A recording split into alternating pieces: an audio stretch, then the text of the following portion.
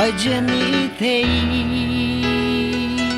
oh rose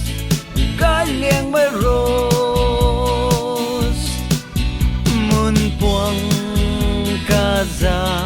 azul nói na bam mây hay du mai pang khâu rồi rose mây nâng gói liang ngây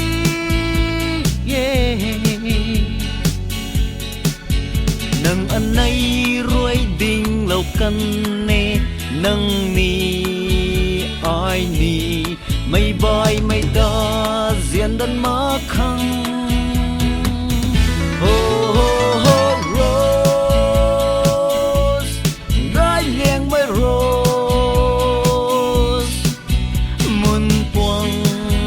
kaza azul nói na bam mây hay du mây pang khâu rồi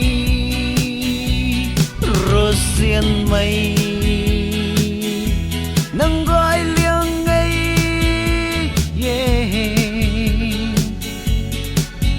khát khát khâu rồi cả bầm đu na bầm khuôn xí nì alung khâu thu nang bầm tan đây rose gói liang mới rose mun puang kaza azul nói na bam mây hay du mây pang khâu rồi rose mây nâng gói liang ngây